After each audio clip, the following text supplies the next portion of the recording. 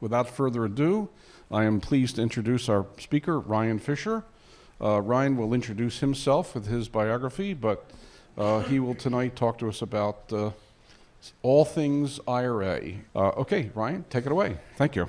Great. Well, thanks for having me, Don. Thanks for coming. You guys are welcome to ask any questions throughout the presentation. I know Don has some as well that he gave me ahead of time. And I'm Ryan Fischer with CAMA Plan. Graduated from Villanova and live in Philadelphia. So we'll go ahead and get started. Don kind of went over a lot of this, but consult with your accountants and attorneys. We don't give you guys any tax or legal advice. Anybody in here want to say what a self-directed IRA is? Any volunteers? No? You can get a bunch of definitions, but basically a self-directed IRA lets you invest in anything that you want. There's a few things that you can invest in, and I'll show you those in just a few minutes. So self-directed is just an adjective in front of an IRA. Vanguard, Schwab, Merrill Lynch, they'll all tell you you have a self-directed IRA. But what they mean by that is, here, you can direct it in anything that you want that's on this list of stocks, bonds, and mutual funds.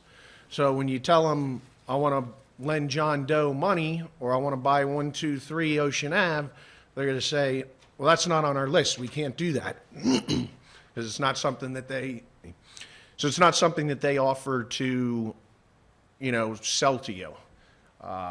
With us, it is truly self-directed. We don't give you any advice. We don't find 123 Main Street for you. You'll find it, and basically just like you would tell Schwab to go buy Amazon stock for you, you're to say, hey, CAMA Plan, buy this house for me. Everything will flow through the IRA, right? Any repairs that need to be made to the property, assuming that the IRA buys it 100%, then the IRA will be 100% responsible for it. So any repairs, you'll say, hey, CAMA, pay the contractor, pay the plumber, whatever it is. And then likewise, any profits from a sale or any rental income would come back into that IRA. So just look at the IRA as a separate entity. It's not you. It's not your Social Security number. It's going to be its own entity, and it's going to have its own tax ID number. Does that make sense to everybody? All right, great. Yes.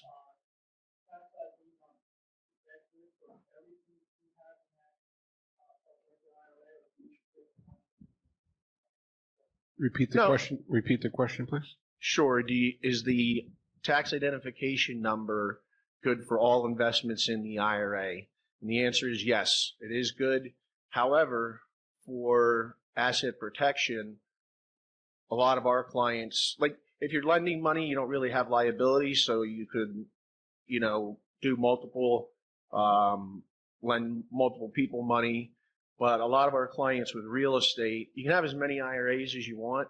They'll open up a separate IRA for each piece of real estate because, God forbid something happens, they don't want to tie up all 6 of their houses that are in the IRA. They can just, have the other IRA that has that one property in it, and it's not affecting any of their other investments. And usually when they open up a separate account, they're going to get a separate tax identification number for each one of those properties. This is what we see the majority of our clients investing in: real estate, precious metals, that's physical bullion, stored in a depository, Delaware, notes, mortgages, unsecured, secured, that's a pretty big field, and then private placements, and a lot of those are real estate, note funds, but that's a pretty big field. There's a lot of different things you can do out there, and then private lending as well with the notes. You can buy all types of real estate, commercial, residential, raw land, it doesn't matter.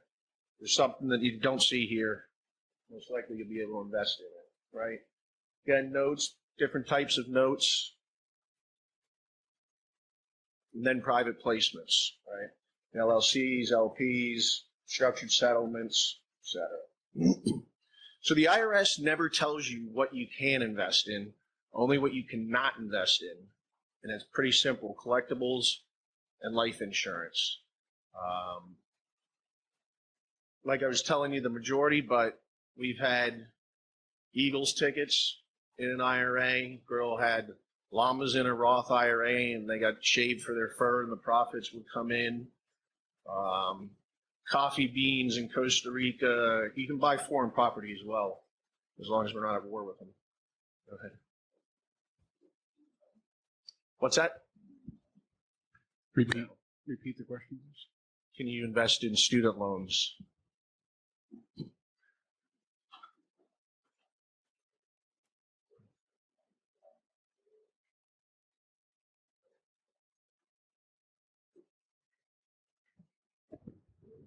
Is it enough?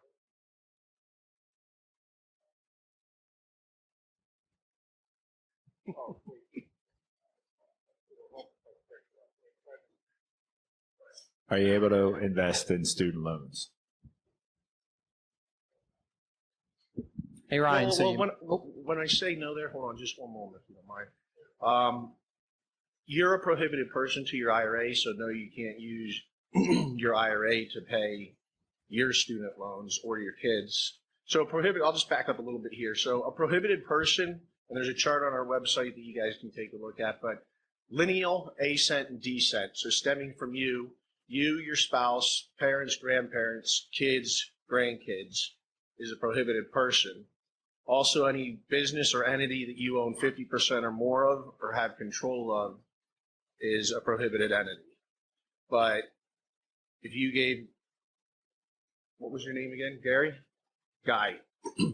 If Guy and you wanted to lend him money so he could pay his student loans off, right? You could probably do that. You could at whatever interest rate you guys cut. So just not yourself. Does that clear that up? Hey, Ryan, I got one more. Oh, yes. Can you go back to the other? So you have any metal? I get the gem. What's the metal referencing? Because you did talk about bullion. Yeah, so gold, silver, platinum, and palladium are the four metals you can invest in. And yeah, it's 0.9999 pure. So you can, there's a bunch of different coins, silver boxes. There's some of the foreign gold you can't invest in, for example, because it's not pure enough, but there's a good amount that you can. Okay. And then the other one was, and last time I spoke to you, had to do with life insurance. And so a life settlement fund, can you talk about how that may or may not be permitted? Sure. So with the structured settlements or life insurance policies, somebody had mentioned them before here, Dean Vagnazzi, he has a fund that does that, but your IRA can't go out and just buy a single policy. But in Dean's case, you're investing into a fund, right? So you're not buying a life insurance. The IRA isn't buying a life insurance policy. It's buying shares of this fund. And what his fund happens to do is buy those settlements. And then when they get paid, the IRA gets paid back as those policies, come due. And the attorney, they've been doing that, for a long time. And the IRS has, it's good and it's bad with IRAs, right? The good thing is they don't get audited very often. But the downside so there's a lot of gray areas. So when somebody says, can I do this? It's like, well, let's look at the details and see. But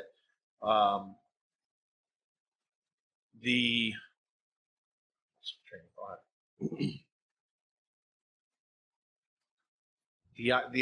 IRAs can do that through, the private placements. You can use all these types of accounts. All the ones on the left-hand side here are tax deferred, and then all the ones on the right. I'm a big fan of the Roth IRA. I think everybody should have that. Does anybody in here not have one of those? I would open those up. You can still get your 2019 contribution in up until April 15th. And if you're under 50 years old, you can put 6,000 in. If you're over 50, you can put 7,000 in. At what age does it make sense to start a Roth IRA? Or putting it another way, at what age does it not make sense to start a Roth IRA? I'm kind of partial to them, so I think everybody should have one regardless of the point because it's going to be better for you later on, and I'll show you that right here as to why. Anybody in here still have a regular job catching W-2 money?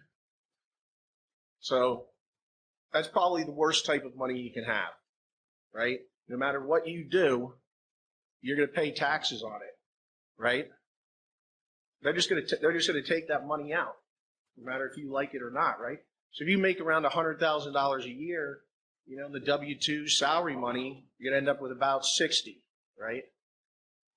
Passive income, you can cut out Social Security and Medicare, so you'll save around another 15% there. And then obviously the tax-deferred accounts, you'll keep 100% of what you make, but when you go to pull that money out later on, you'll owe the taxes on it. And the Roth IRAs, you're going to keep 100% of everything that you make. Yeah, you're welcome to. And we can send you these slides too. No, go ahead. No, this isn't on the website. So this whole presentation is being recorded, as you can see, and the movie will be posted, so you'll get everything. So let's see what that looks like, right? Let's just grab $50,000, right? Tax deferred account, Roth account, and then you personally. I did these numbers with a 30% tax bracket and a 10% return. The same investment, 10%, and a 30% tax consequence, right? So your tax deferred account is still going to have the 2.2 million in it, but because you have to take the money out, you take it out, so you end up with 1.5, right? And then you personally, same investment, end up with 748. So that's the power of being able to use these accounts, and it's substantially, you know, why wouldn't you do this? So you'll hear different things from accountants. I mean, obviously they would have told you all to start a Roth IRA, you know, when you're 18 and you had no money and you're in the lowest tax bracket, right? But if you're already in the highest tax bracket, I would say start it anyway because you're already paying taxes. So I don't see any downfall to anybody having this. People will also start these for their kids. I mean, there's like some 12-year-olds that have more money than me. Now, you do have to have earned income to make a contribution to an IRA. But I've seen people take a picture of their kid and put their 6-month-old baby on a business card and call it a modeling fee so they can start putting money in, to Roth IRAs for their kids. Go ahead.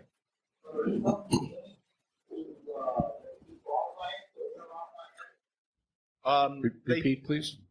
There are income requirements to making a contribution. Oh, income limits. Yes, sorry.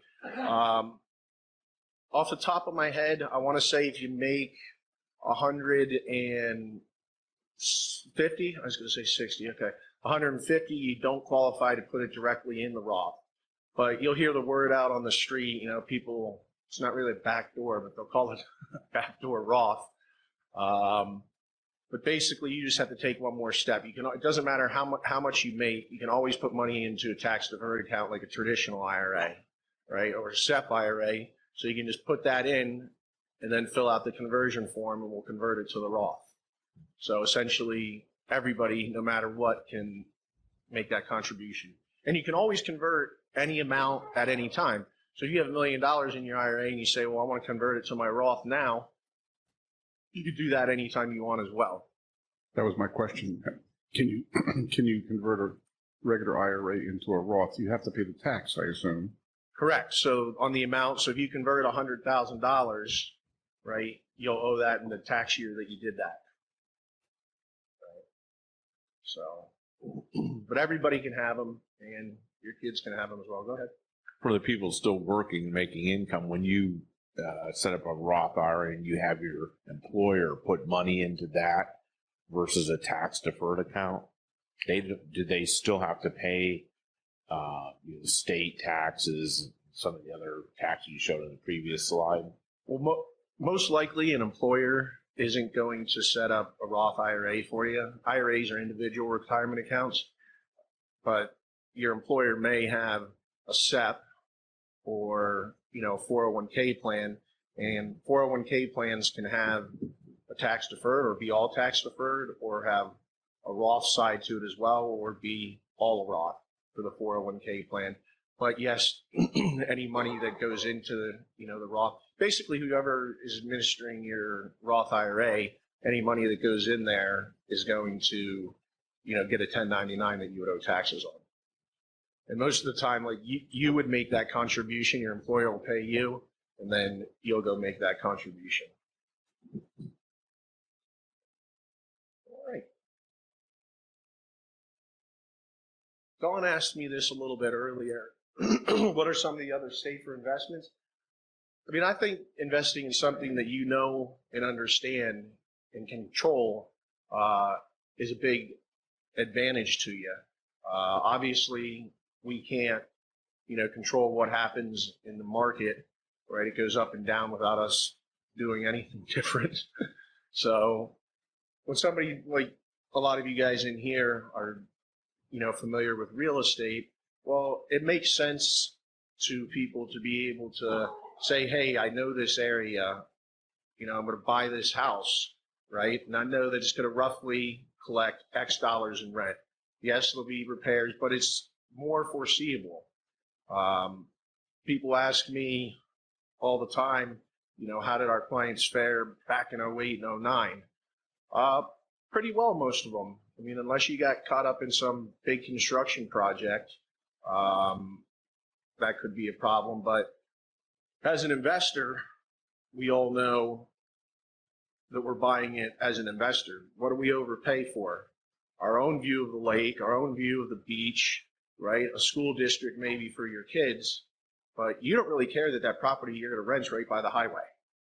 You bought it for X dollars knowing it was going to get X dollars in rent. So it didn't matter that a house that might be worth $500,000 was now worth $250,000 because it still brought the same rental income in. And when that happened, a lot of people were upside down in their own houses and got foreclosed on, and they needed to rent. So, there's risk in everything that you're going to do, but, especially with real estate, you can kind of mitigate that and take a lot of the risk out, I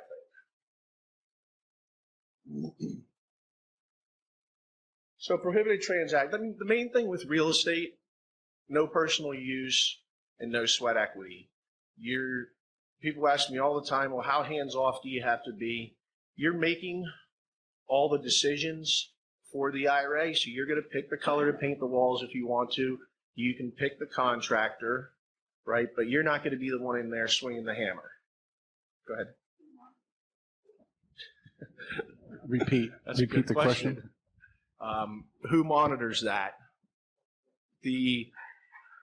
Well, I don't think the IRS has little drones following us around yet.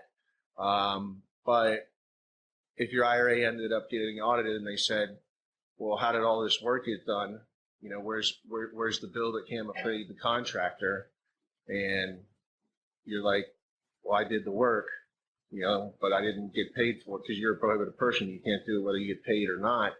But I mean, like I said, I can't speak for the IRS, but if you have a house that you go and you buy for $200,000 and then you sell it for $700,000.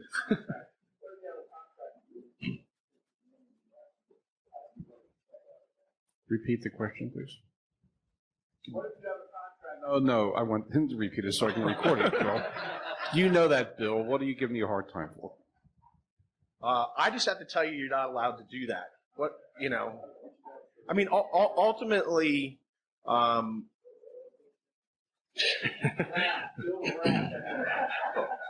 ultimately, LLC. Yeah. Ultimately, you are responsible for making sure that no prohibited transactions are done, because we can't we might not even know in some cases, right? If you hired your own construction company, but you weren't the one and you had a manager writing the checks, I mean, how are we going to know? If we saw you signing it and it was your name, we'd say, hey, Bill, you can't do that. You have to find somebody else. But yeah, you're responsible to make sure that you don't do that.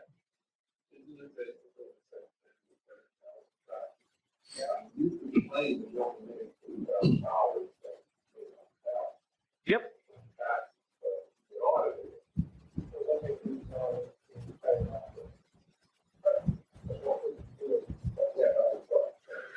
Well, it would. But I will just put this out here for you too. There is no IRA jail, right? The worst thing they're going to do, if you're under 59 and a half, you're going to have a 10% penalty and pay the taxes, right? So. But there is an IRS jail. Right. Any other questions on that? Go ahead.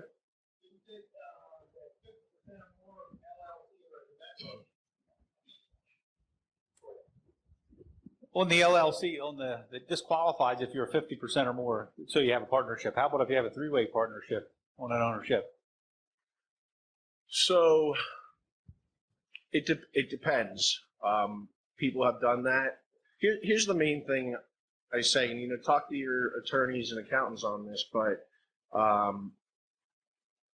the IRS is pretty. That's right there. You can look at the publication with it. It says 50% or more. There are other ways to disqualify. Like if you're partners with these other people in another business that you and your partner might own 50% of, then you'd probably end up being disqualified. But just say there wasn't any of that, and three people were doing that. You can't be in control of it. Control is another issue. So if all three of you have to sign off on it, right, you can't do anything, then you'd have a case to say, well, I'm not in control of it because two other people have to sign off on this. But yeah, it depends on, how it's structured. And if you have those three people, but you're in control and you could sign, then it could be prohibited because you're in control of it now. Sure. This is just the chart showing the disqualified people. We kind of went over that a little earlier. A lot of people get confused with saying, oh, family's prohibited. Well, it depends on how they're related to you. Brothers, sisters, aunts, uncles, cousins, are not prohibited. So you can't buy a house and have your dad, if he's the electrician, do the work, or have your kid do the work. But you could hire your brother or sister or cousin, for example, or you could even rent it to them. But you also can't rent to any of the disqualified people there. What do we do? The only reason we're in business is the IRS doesn't trust you with your money, right? So they say you have to give it, to a third-party administrator. We're a neutral third party. Again, we don't give you guys any investment advice. We do exactly what you tell us to do. So we're going to keep record of the transactions, and you'll do nothing different than you normally do, except for, in this case, we do require you to give us every year what we call fair market value. So if you bought a property, you have to tell us what it's worth. And you don't have to get it appraised. You can if you want, but you can just grab online, from Zillow or whatever, three of them, take an average and tell us what it's worth. Obviously, notes and things can be valued as well, but that's what we ask for you. And then just like any other brokerage, Schwab or Vanguard or Merrill Lynch, we're going to report on the value of the account for you. How easy is this to do? It's pretty simple. You can open an account online in 15 minutes. You'll fund your account one of three ways: transfer from another existing IRA, a rollover from, an employer plan, 401k, 403b, etc., or you'd make a contribution. Then once you've found your investment, so all the transactions in the IRA, just look at the IRA as a separate entity. It's no different than anything you would do personally.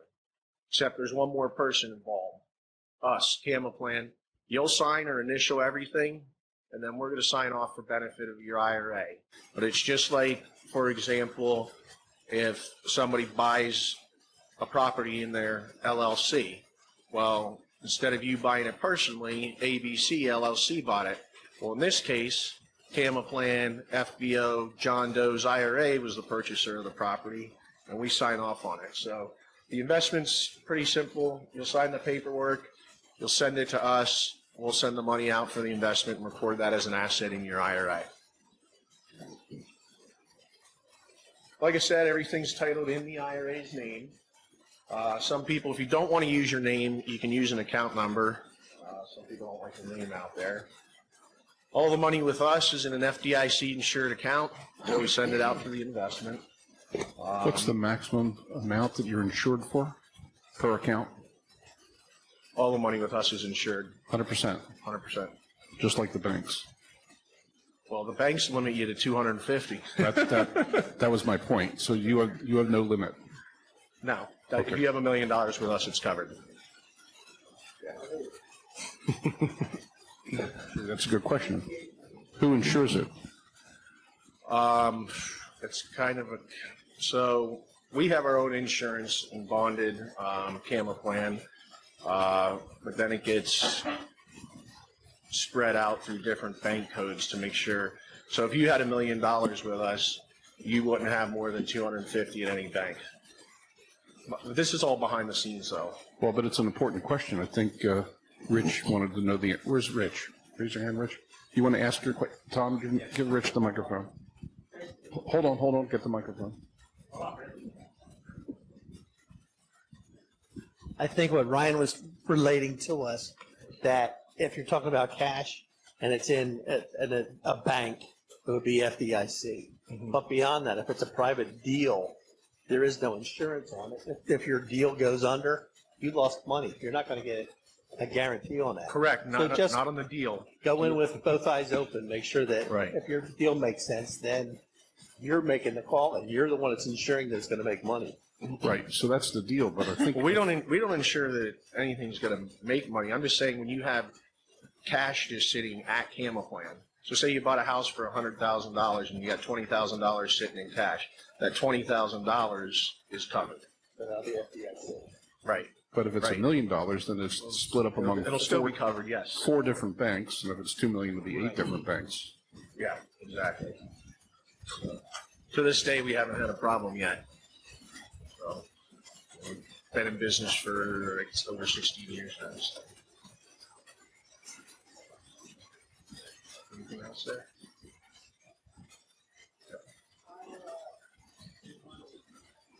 Hold on. Wait for the microphone. While your money is in the CAMA plan, what's happening to your money?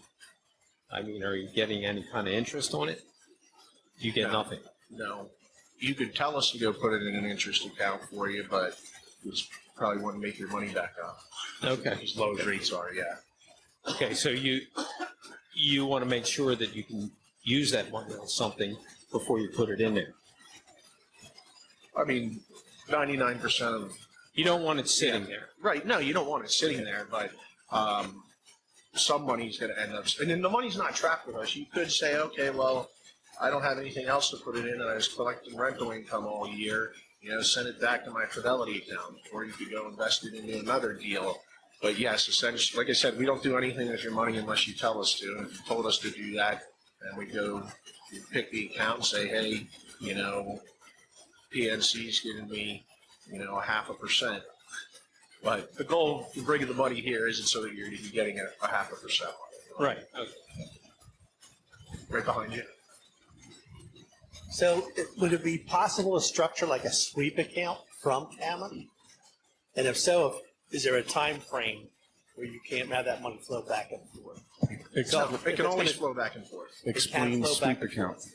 Yeah. All right, so it'd be possible to tie a Vanguard account to a CAMA account and have that. That's not tie. You would just have to fill out, A in this transfer.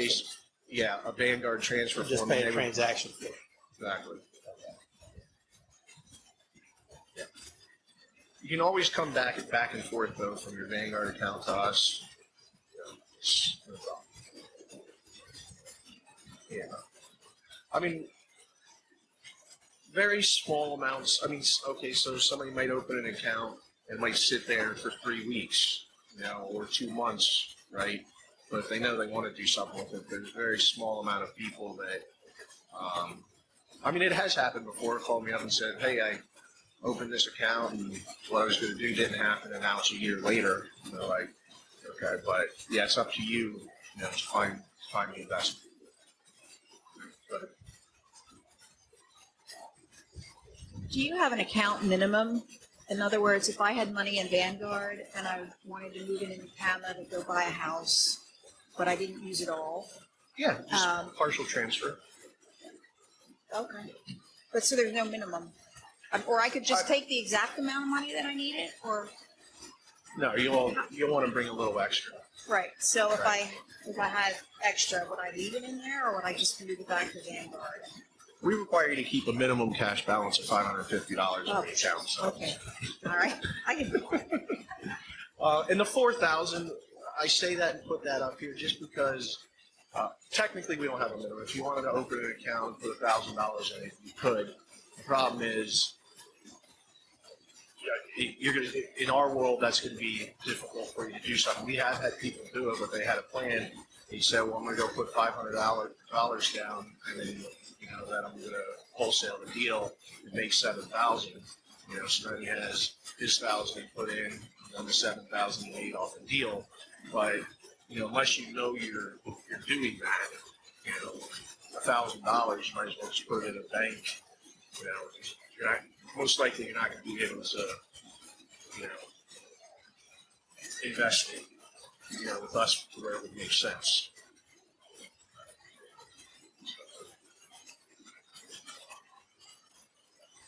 I know, Don, you had a few questions you want to ask a few of those. Well, I do. And these questions are courtesy of Rich. Raise your hand, Rich. Okay. So, Rich, do you want to ask them, or should I ask them for you? Here, give this to Rich. Give him the microphone.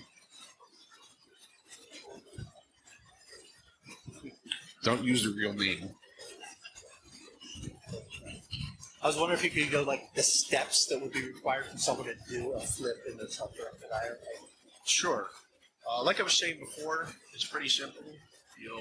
Assuming the account's open and funded a CAMA plan, you'll find the property, and like any other transaction, the IRA is going to purchase the property, and then any repairs, if there are repairs that need to be made to it, you'll have the IRA pay for any of those repairs. Let me back up real quick too, just so on our website, and there's a brochure here too, 50 ways to fund the deal. Because when I've been using examples, I've been using the IRA 100%.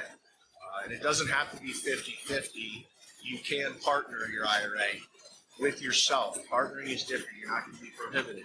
So, for example, you could go have your IRA buy a property. The purchaser of the property would be CAMA Plan, FBO, John Doe's IRA, 50%, and John Doe personally 50%, or ABC LLC 50%. Each party would put its X percent in, and then obviously in return they would get X percent.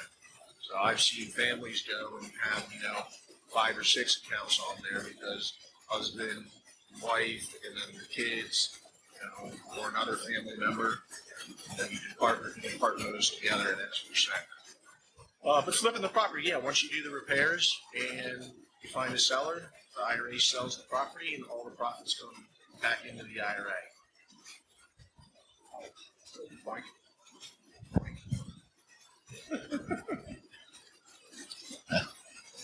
Okay, Rich. Next question. Hello. You're buying a property for $100,000. You take 40 out of the CAMA. You take 60 out of your own cash. Okay. The property goes in what name then? Will it go into CAMA? Both. Less than 50. We'll go into both. There will be CAMA Plan, FBO, Bill's IRA 40%, and Bill personally 60%.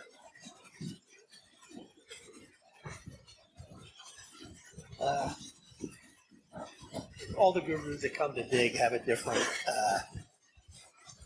deal that they're promoting, whether it's lease options or flipping or buy a home, whatever. Is there any problem with doing a lease option in your self-directed IRA? Nope, that's fine. Okay, so you could actually do all the mechanics of it, but because it's titled CAMA Plan IRA for the benefit of Richard Brewer's IRA, Yep. then you're covered. Okay. Correct. But if you got into seller financing, You can do that as well. and that's not going to come into UBITs or unrelated business income tax? It may. Okay. Yep. So as far as financing, then you got to be a little more discreet about it, or? Yeah, so it's what, Rich? Yeah. For those of you that aren't aware of what he just said there, UBIT, that stands for Unrelated Business Income Tax. So you have that if you're running a business out of the IRA. And then you have, if your IRA gets a loan, which your IRA can do, it has to be a non-recourse loan. UDFI, which is Unrelated Debt Financing Income. That's a tax. Form 990T is the IRS form for an IRA to pay taxes. But if you're running a business, for example, flipping, the IRS considers that a business because you have inventory in and you have inventory out. So you could, be paying those taxes. But if you're going to do the buy and hold, right, you're good. There's none of that. Or say you lent Rich money and Rich flipped the property. Well, your IRA made an investment and loaned Rich X dollars, right? That's not flipping, right? It made a loan to you. It didn't purchase a property and flip it. So you always want to look at that and see, what's best for certain scenarios. If you know guys flipping it and they're paying you, then do that and do the buy and holds in your IRAs to get, out of those taxes. That's Rich, before you ask your next question, this gentleman, and then Mike to your left, when you're finished your question. Mine's really, Rich covered it, but just want to clarify. So I get the issue with flipping houses and UBITA, but in terms of lending, can the IRS consider that a business? no. They don't. Okay, I like your answer. It's an investment. And I have a question.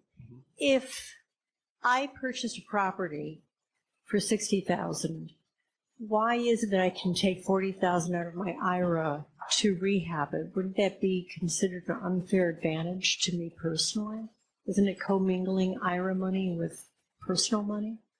In that case, yeah, you wouldn't want to do. If you own it 'cause I thought personally, your that IRA is question- excluded. Okay, I thought the question was asked earlier. Maybe I didn't understand the question. Okay, so in that case, he was purchasing a new. You have to do it from the beginning. If you already own it personally, then your IRA is done. Your IRA is not going to be part of it. But he's saying right from the beginning of the transaction, he would be partnering his IRA. So his IRA was going to buy 40% of the property, and he was going to buy 60% of the property. But that has to be done at the beginning. And then any repairs, his IRA owes 40% of the bill, and then he owes 60% of the bill. So you Okay. just have to keep it at whatever percent it's at there. Okay, so it's like a partnership then. Exactly. Like I Makes said, sense. just like anything else you do, the IRAs, just another entity. Okay, thank you. And then, One more question, not on UBITA. You were talking about the Roths, and you mentioned that W-2 income is ideal for Roths.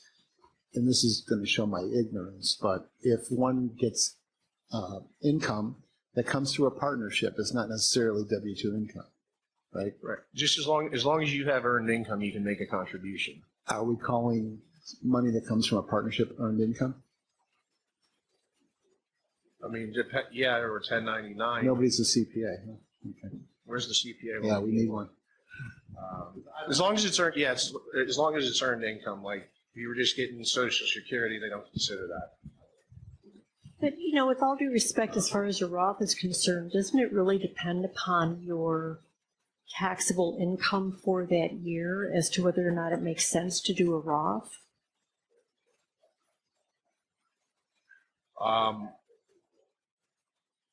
Technically, it could yes, not but make sense. in my experience, I say no. I think everybody should have one. I mean, I don't like that. Like accountants' jobs, right, are to make you pay less in taxes. Right. So as soon as you say, "Well, I just put $7,000 in here that I owe taxes on," they're gonna be like, "Well, why'd you do that, you dummy?" Right? You're gonna pay taxes, and I'll say because later on, I mean, you saw that chart, right? I mean, I kind of describe it as, do you want to pay on the seeds or the crop, right? So you can pay on that $7,000, and for the rest of your life, everything it makes is never going to be taxed. So I think it is more of a personal question. Like I said, a lot of accountants and people will say, no, you should have done that when you were in lower, now you're in the highest. Well, if you're already in the highest, then I say still do it. I mean, Well, I think it depends on how much you'd want to take out of your retirement account when that time comes and what your taxable income will be at that time. Well, in the Roth, there's no taxes. I understand, Right. but I just think it's a trade-off. I think it's something that It would be individual. definitely is, but like when we looked at that, right? So right here, I'll stay by the mic. Right here today, right? We use this as the example. You paid to convert your $50,000. Right, so in this case, you paid on the $50,000, right? And then when you went to this is the difference, right? You paid on the $50,000 back here. You didn't pay here, so instead of paying on $50,000, you now pay on $2.2 million. Right, so you ended up with 1.5. This is still right up here at 2.2. Until you take the money out and put it in your pocket, you don't pay any taxes. But at 70 and a half, Uncle Sam says you have to start paying me back. So whether you like it or not, you have to take money out of that. The Roth IRA, you don't have to take it out at 70 and a half. But would you rather pay today on 50,000, or do you want to pay the taxes on 2.2 million? Also, and this is keeping taxes the same at a 30% bracket, right? I mean, do you think taxes are going to go up when you go to take money out of your retirement account? I mean, a lot of people think.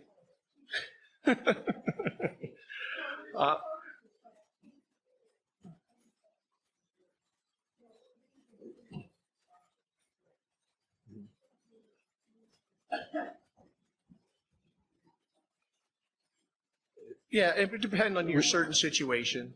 Karen, use the microphone, please, Karen.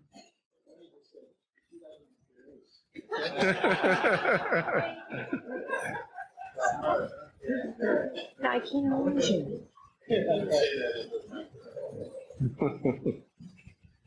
Go ahead. Okay. Let's say you put some money into a syndication of a hotel, and now the hotel is paying money out, so you have a partial ownership through your 401k. The hotel borrowed money as part of its setup to buy the hotel. Mm-hmm. Do you owe taxes on that money at all? If they're giving you a distribution? So it depends, again, back to how they structured it. So if the entity you invested in does have debt, then you'd have debt on the borrowed money, right? And your accountant can do that equation for you pretty simply. But a lot of this stuff, like I was saying before, it comes down to how you structure things, right? Somebody might also take, like you might invest into company A, but then company A might go invest in company B, but company B only has the debt, but your IRA didn't invest in some. That's how the attorneys, so to answer that, you may have it or you may not have it, depending on the structure. Right? No, that's fine. And as far as converting from a 401k to a Roth, I'm going to be in that position, and all I'm looking at is things to shelter that. So in other words, I'll use depreciation on a property to allow me to take money out of the 401k, put it into the Roth, not have a tax consequence in that sense. And that's a good way to convert it, as I understand it. If you know a better way, please let me know. Well, there's anybody interested in converting.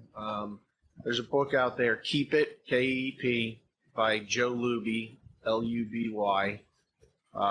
That's probably one of the best books I've read on, the topic of converting. For example, and I don't know the exact numbers, but I'll just give you a quick one that's in that book. IRA goes and buys a house for $300,000, right?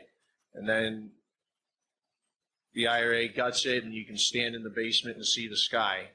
Says, okay, great. Now I'm going to get an appraiser, and the appraiser comes out and says it's worth $150,000 now, right? There's no roof, there's nothing in it, and he says, great, give me the appraisal, and he sends it in. And now instead of converting his IRA at $300,000, he says, I want to convert it at $150,000 because that's what the property's worth now. When you base it off the value when you convert. Obviously, cash is going to be whatever cash amount it is, but he's saying this is a strategy you could use. So you buy, if that happens, that's not going to be everybody's situation, but that's one. So you got out of paying taxes on $150,000, right? And then the account rehabs the property and rents it or sells it after that. So there are tax strategy, to this, but you'll just have to see what's, your circumstances. Just finished Matt Faircloth's book on raising private capital, and there was a lot about SEC, what you can and can't say on the internet. As someone who's looking to find investors to use this vehicle, what do you tell people that they can and can't do? Well, I don't tell them anything. I don't give any tax or legal advice, but I don't know all the SEC rules, but Matt does, he'll put a private placement together and go raise money for it. There is, you have to be careful a little bit. You can't just go out there and tell everybody this and what return you're going to get because, you can't technically say, I'm going to give you 10% because you don't know if you're going to have it at the end of the day, right? So they don't want you saying words, but with all the crowdfunding and things, rules have changed. I'm sure some of you, if you listen to talk radio, you've probably heard, right here, you probably heard investor schooling with Larry and Phil Falcone, and you've heard Dean's commercials, and they're saying, hey, call and listen to a recorded message and things. So we have an attorney here. She can probably help us better. Right. Get the microphone, please. Beth. The SEC rules deal with certain types of transactions. Okay, if you are doing certain types of deals, you got to follow those SEC rules. But he is not. The CAMA plan is not the SEC. It relates to what kind of deal you're doing. If you're doing a private placement deal, then you've got to disclose certain things to folks who might invest with you. But I guess I'm not sure why you're asking about SEC rules related to this. I will say from a personal experience, if you're going to be looking to raise money through a private placement, you can get into trouble, big trouble, real fast if you don't know what the hell you're doing. You can end in jail if you don't know what you're doing. If what you're saying is you want to invest or do a deal that is subject to the SEC rules through CAMA, it's not CAMA that's going to decide.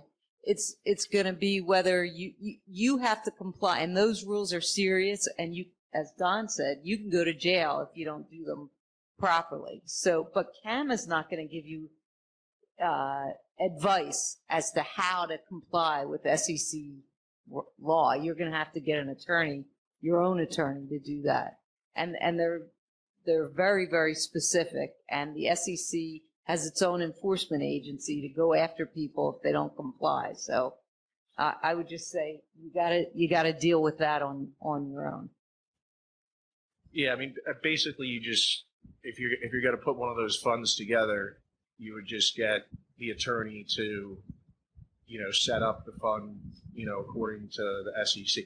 I mean, because there's a bunch of different things out there too, right? Because then you have a lot of these funds are Regulation D funds, which require you to be all your investors to be accredited. But if you do a Regulation A fund, you don't have to do that, right? And and just so you're aware, though, a lot of the times those Regulation D funds will have like a small number of people that they'll let in unaccredited if you, as the fund manager, allow that. But generally speaking, a lot of those require you to always be accredited. Hey, Ryan. So I want to go right here. Want to go back to that example where you had 40% from as the owner from the IRA and 60% yourself. Now, and I think Richard touched on it, or Bill, about doing the construction. Let's say, I'm going to go do the work. Am I doing something that's prohibited because I'm doing it and I'm partnering with the... Yeah, you're still going to be prohibited. Yeah, so just because you own 60% personally doesn't mean you get to do 60% of the work. You're done. Yeah, you don't get to do any. Okay, got it. The other one was, if you're partnering with, let's say you're providing funding on, so lending, no issue out of the self-directed, but if you had an equity stake, the JV, is that going to be, would that be recommended to do outside of your IRA? No, you can do it inside your IRA. Yeah. I mean, I don't see any reason why you wouldn't do them in the IRA anyway. I mean, like, if you're going to have UBIT, right, or the UDFI, well, if you did it personally, you're going to be paying taxes anyway.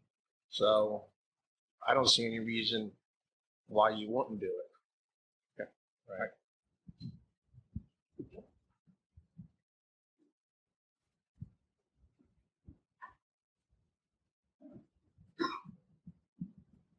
We'll get it back to you. Ryan, what's the difference between a custodian and a checkbook account?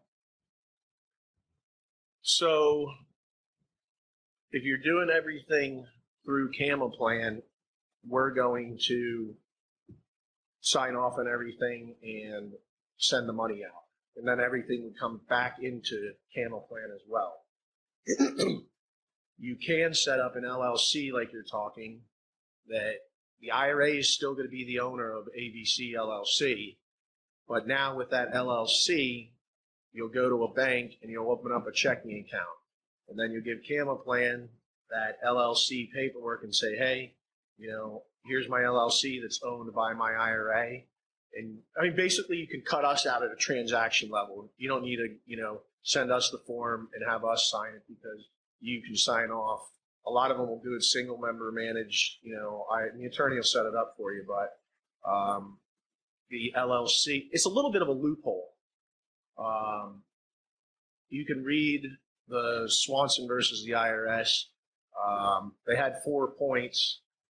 I think they won on 2 of the weakest ones. But they haven't come back and taken it to court. So people have been doing it based off of the Swanson case, since that was there. So, like I said, the main reason is they don't want you to be in control of your money. And in this case, with that LLC in your own bank account, you are in control of it. And so the checkbook is with the LLC? Yeah, so the IRA is going to own whatever you name the LLC. And then you're going to take that LLC documentation to the bank, just like you would if you open up a business personally, an LLC. You'd say, hey, I want a business checking account for this LLC. They're going to say, okay, right? And we're going to open up the account. And then you're going to say, hey, CAMA plan, you're going to give us that LLC paperwork showing the IRA is the owner, and say send the money to the checking account, and we'll send a check or a wire or, over Can to that the bank. also be done for the individual? So if I have a CAMA plan through my personal, not LLC, can I still set up a checkbook account? Yeah. Okay. Mm-hmm. So then You can set it up anytime you want, yeah. So if I were to go out and buy supplies and materials for my contractor, I can then get that set up. Right. I mean, it doesn't get you around any prohibited transactions. You have your contractor get the stuff because you can't be giving the IRA a benefit. So you wouldn't go pick the stuff up. It doesn't help you in that aspect. No, All the rules still apply even with the LLC. Okay. As far as you being prohibited, it doesn't get you around any of that.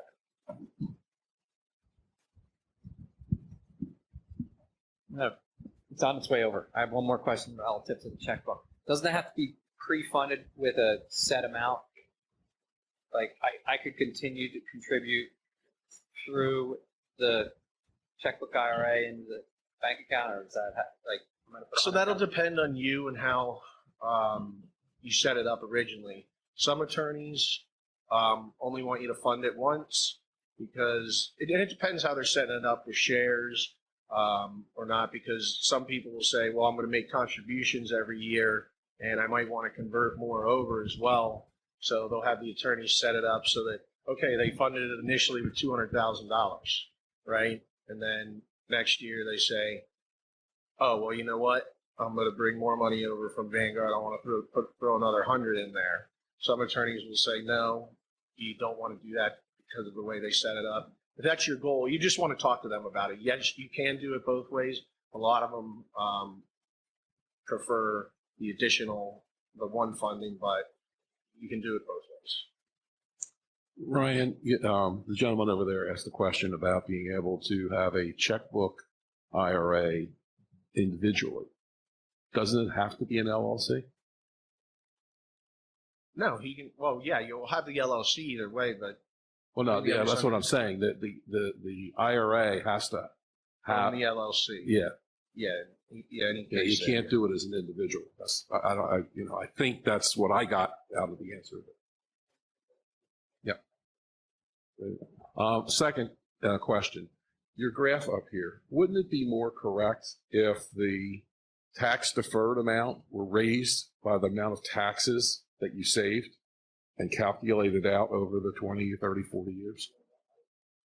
You could do that too. Yeah, but if you're comparing 50,000 tax free versus 50,000 tax deferred, that's not true. Because the one way or the other, you're either paying taxes on the tax free, or you're not paying taxes on the tax deferred. You can't put 50,000 equally into each one. One or the other has to be more or less. Whichever one you choose, it doesn't make any difference. You can either take the tax free, deduct the taxable amount that you're paid, and invest that across that period of years, or you could add the taxes, what would have been the taxes on the 50,000. You could also do a chart that way. I could probably make 10 of them. Yeah. The only reason I say it is because the differential between tax-free and tax-deferred shrinks. Now, how much it shrinks, is going to depend on the interest rate and, how much you're paying in taxes up front and all that stuff. But basically, it does shrink. I have to come back to that Roth issue. Because I've been thinking, so I reach 70 and a half, and I take out the minimum amount from my existing IRA. Mm-hmm. We never use it up. It goes on to my 2 kids as part of the estate, and it never gets taxed then at that point. Not that I'm planning on dying. It's going to be taxed. Pardon me? It's going to be taxed whether no, you take the money out of the kids. No, there's a certain minimum of the estate that does not get taxed. Oh, it's up to 10 million or 11 million. All right, I want to go. It's not just your age, it's where you are relative to the ground. Exactly. I'm going back on one topic because I'm blown away by this. So Warren Buffett walks into Doylestown and he sees a store that he thinks is magnificently run. And he doesn't want to run it, okay? But owner needs capital, decides to take Warren in as a partner of some type, and Warren kicks in a whole bunch of money. He can not that Warren needs an IRA. But he could take that LLC. So this is a little bit out of the domain of real estate. Okay, he can buy that company, put it in his IRA. He's not actively managing it, and he can retain profits inside the IRA. And But you have the UBIT tax. So right, you pay okay, some tax. right, gotcha. But yes, Warren he is could do smart. that. Warren could do that. I'll let him know.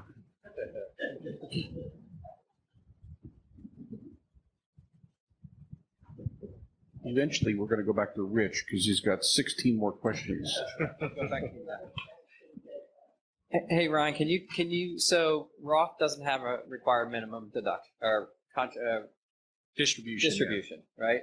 And then the new law that passed from an inherited IRA, Roth is not subject to that. Can you explain traditional and what changed with traditional and how that differs from Roth? So they changed some stuff, but they're still waiting on clarification to come out. But basically, it looks like they're not letting you stretch it out any further. Like, you used to be able, if you did it right, probably get your Roth IRA to, last for 100 years, right? But now, when they inherit it, they're only going to have so much time to get all the money out. So they can't keep growing it. Both. Yeah.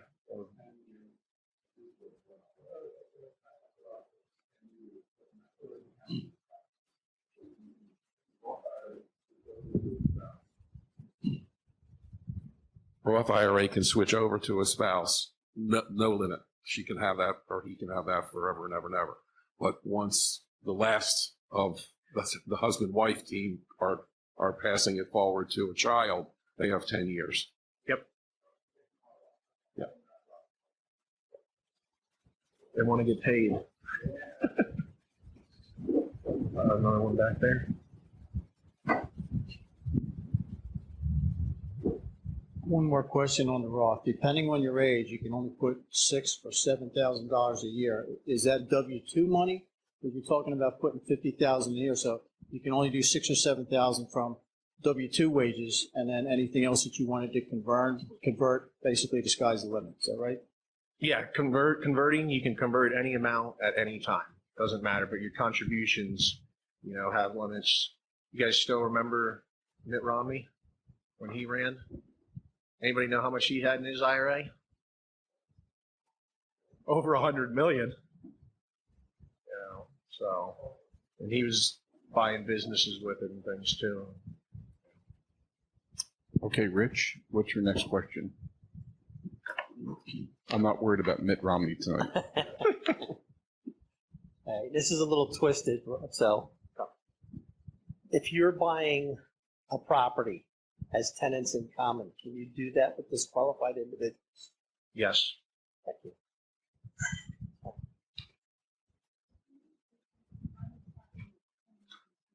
Right, because you're each individual entities and you could sell your interest in that property. Okay, so now you can do that with your children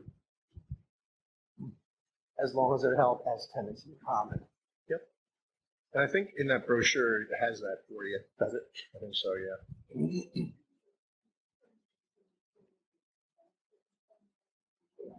Karin, use the microphone, Karin, please.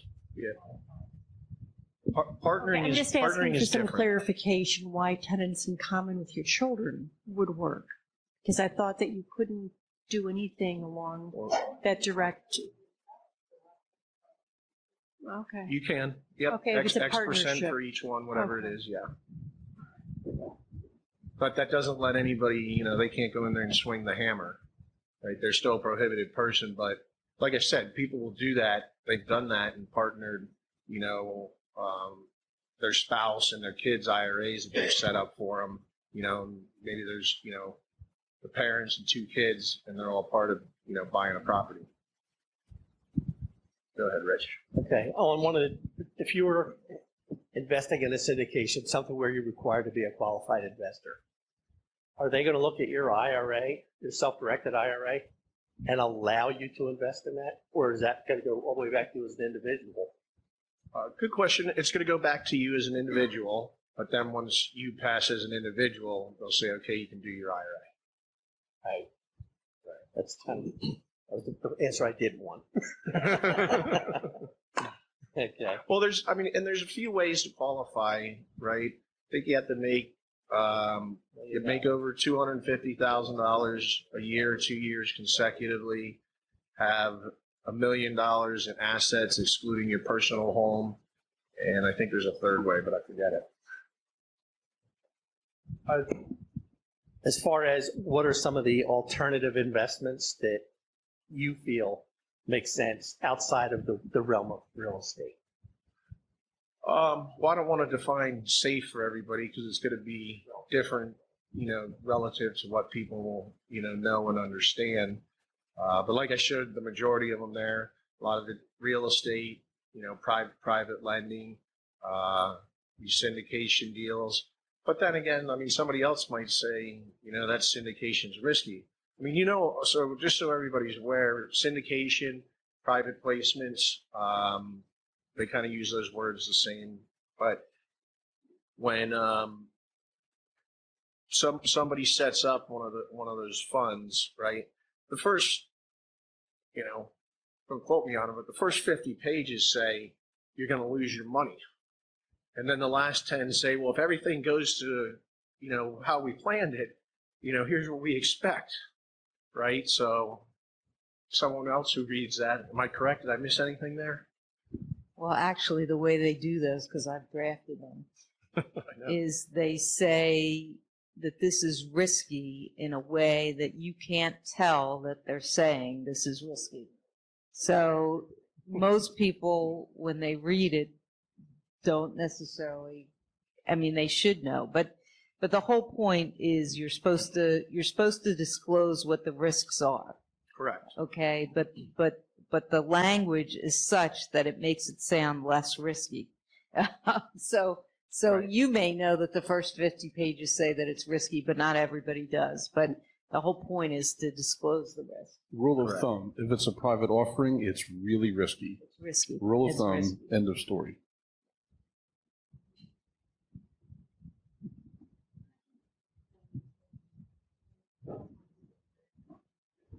It's not a private offering. Oh, okay.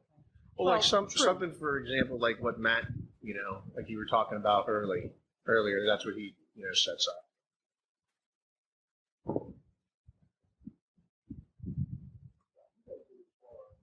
Yeah.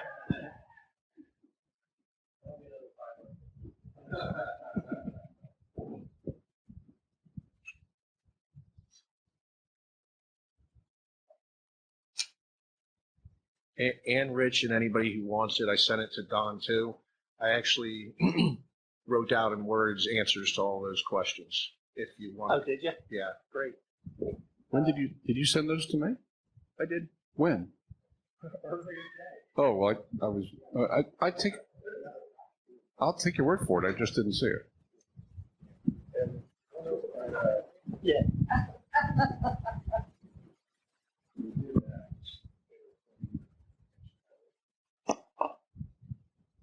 Go ahead, Rich. Okay. Oh, as far as there's, I don't know if you can clarify or not, but a lot of people in talking about the Roth conversions, the external factors that come into play.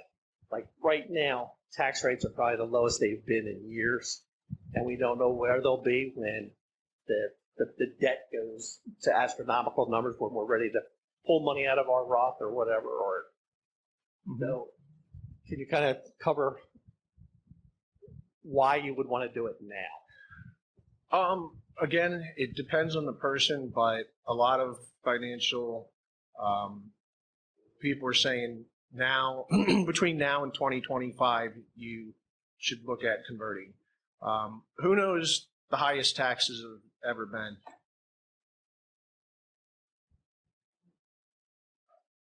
%90.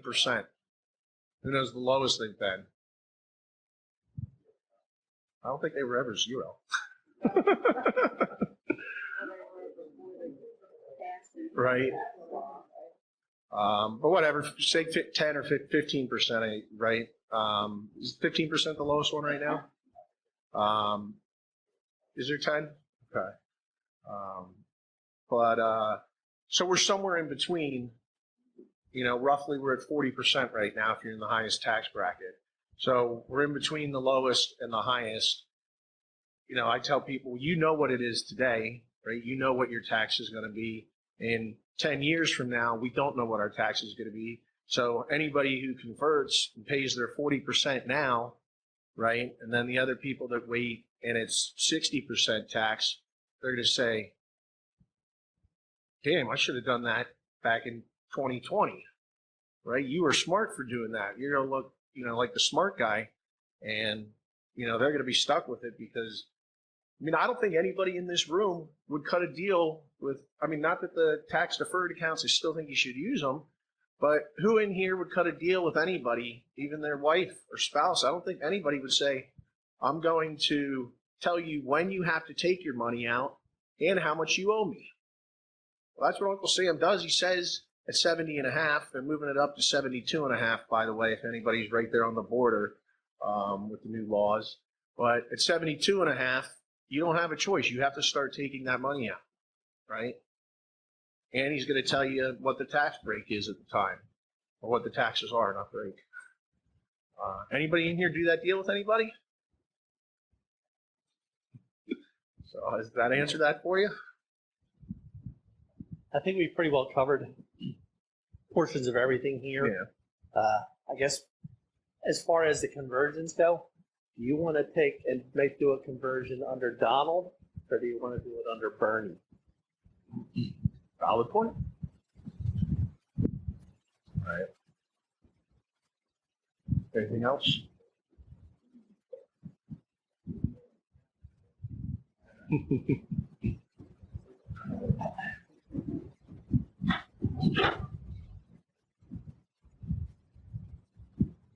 I guess my question is around, last month at this meeting and several other occasions, there's been some people stressing not to own rental real estate inside of an IRA. What's your pros and cons for that? And do you know anything about the kind of tax, differences as far as depreciation and all that stuff between? I'm partial to it, but I grew up in real estate. My dad grew up in real estate, and his parents on both sides grew up in real estate. So I've just been around it my whole life. I don't see any reason why you wouldn't. I would do it personally, and I would do it in the IRA. But at some point, you're going to have enough money personally that you're not going to start wanting to pay taxes on, right? So once you have X dollars that you need, to put food on the table, then I would start throwing everything else into, the IRAs or Roth IRAs. So, I don't see any reason why you wouldn't.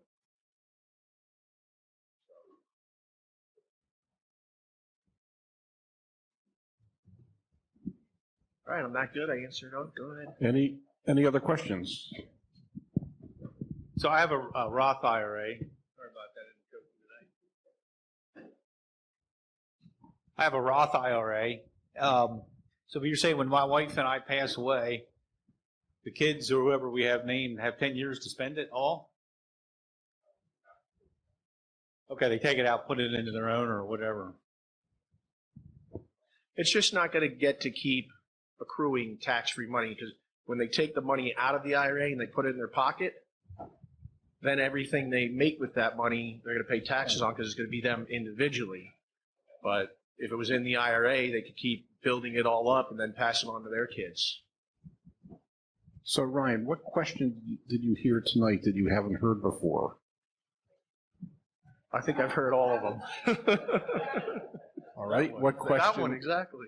What question have we not asked you that you know the answer we covered to? A pretty good amount of it. I don't remember everything, but there are also, not these ones, but we do have a list of 50 frequently asked questions too on the website. You don't have those memorized? Not off the top of my head. I mean, I know the answers to 99.9% of them. So if somebody Okay. does ask, should have it covered. Joe Luby, Luby. You can get it in paperback or you can get it in digitally. It's not expensive. Okay, yes, there's a, grab the microphone from One someone more there.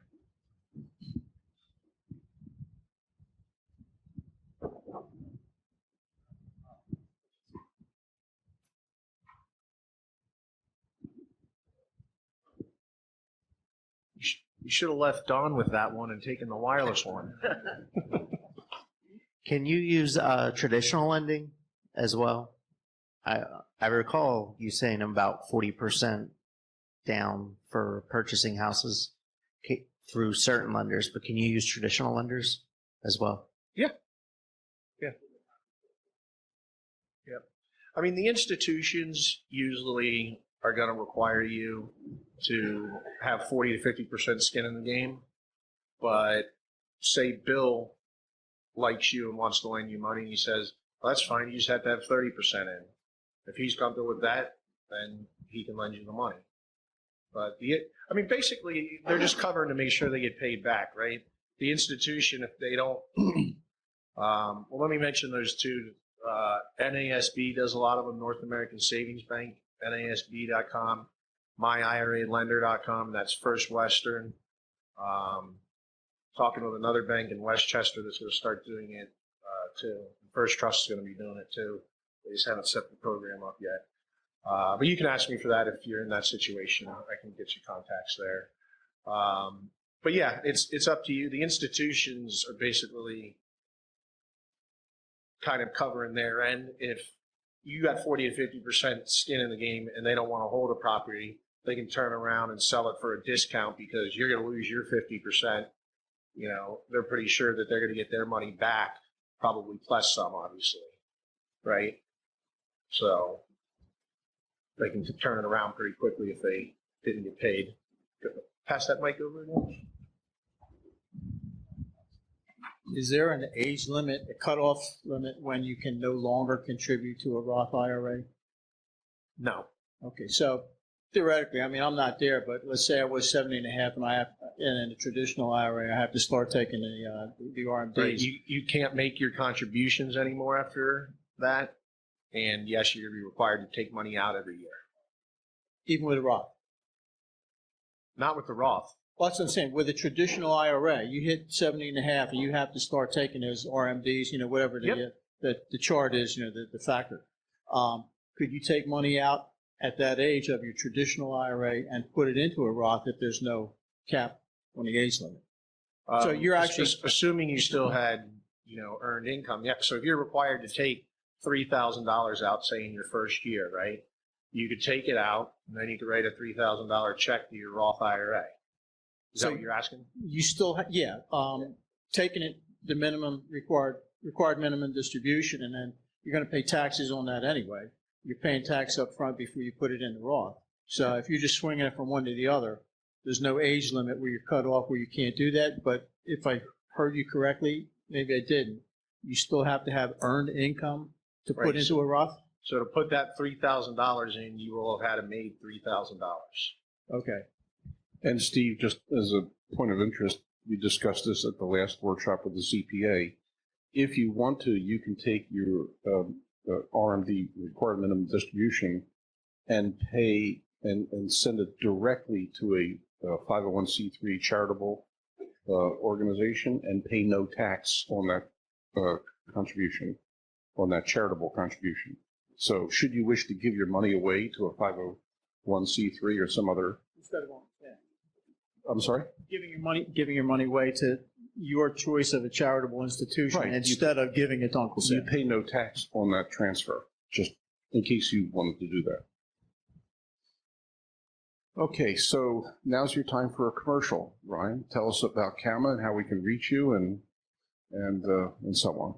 Alrighty, my cards are right back there, but you can email me at rfischer That's Fischer, Fischer, so rfischer@camaplan.com.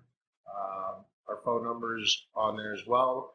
Our office isn't that far from here. We're in Ambler. Let's give Ryan a great round of applause. Thank you, Ryan. Thanks, guys.